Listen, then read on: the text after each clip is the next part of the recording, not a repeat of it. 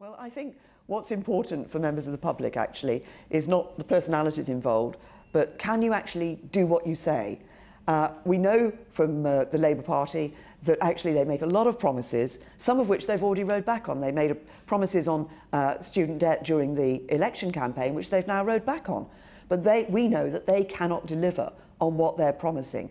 By taking a balanced approach to the economy, we know that when we say we're going to do something, we will be able to do it for people. Can you not concede, though, that in this grand journey to try and attract young people back to the Conservative Party, that part of the problem has been your tone and your plan on Brexit? I think it's important for us to get Brexit right.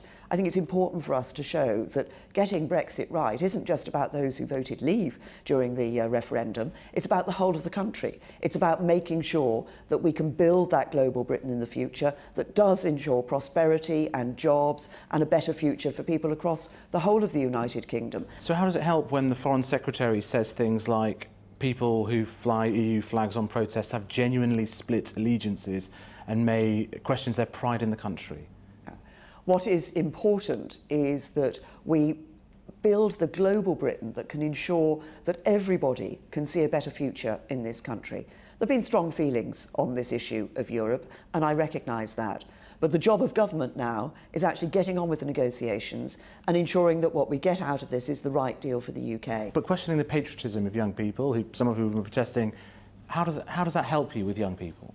Well, I think what we need to do in relation to young people is actually show how we will deliver for them. I think that's the important thing for us to do. There's a split in the generations, but there's obviously still a split in your cabinet. How can you tolerate, as Prime Minister, a Foreign Secretary timing his red lines to be released to the public whilst you're having dinner with the EU 27? How can that do anything other than undermine our negotiating position? Well, you know, I think leadership is not about having a lot of yes men sitting around the table with you, but having people with different views.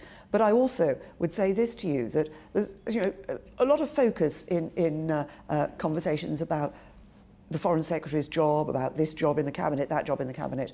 Actually, what members of the public are most interested in is what we are doing for them. They want us to be concerned not about our jobs, but about their jobs. But they want you to be strong, Prime Minister, and your chief diplomat is there on the day you're meeting the EU 27 saying things that are not quite in accord with your negotiating position and feels free just to say them. No, but as I say, actually, leadership isn't just about being surrounded by yes men. And what is important for this country is, if you look at the EU negotiations, I negotiate with EU leaders, David Davis negotiates with Michel Barnier. The government's position is very clear because it was set out in the Florence speech. Boris was part of the cabinet that agreed that position in the Florence speech.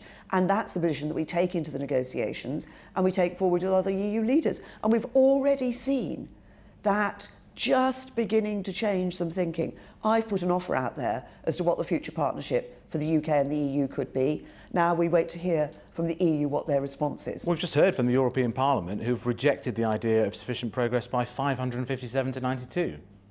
Yes, and I don't think that vote was particularly an unexpected one. But the question is unwelcome. You're trying to move things on. No, but the question isn't so much around this formal declaration of sufficient progress. The question is, are people now ready to think about what the future partnership between the UK and the EU will be? Now, we have to get to that at some point. I believe it's possible to come to a good, deep and special partnership because it's good not just for the UK, it's good for the EU as well. And what I hear is that people are starting to think about that. One of the primary aims of a Prime Minister will be to unite a country that was divided after the referendum. Do you look at the country and actually see it as more united now, out there in the public, in your cabinet, in your party, from when you became Prime Minister? Because it doesn't seem like that. I think there are divisions in our country. I think there are divisions between young and old. I think there are divisions between those parts of the country that feel they've benefited from economic growth and those that feel that they haven't. That's why what we're talking about this week is building a country that works for everyone. Are you prioritising your party over the country? Uniting a divided party over the interests of the country? No, what we're doing is actually addressing the issues that show divisions across the country. such as the divisions for those who do feel left behind, making sure that the economy is working for everyone across the whole country. You didn't frankly have the balls to put country before party.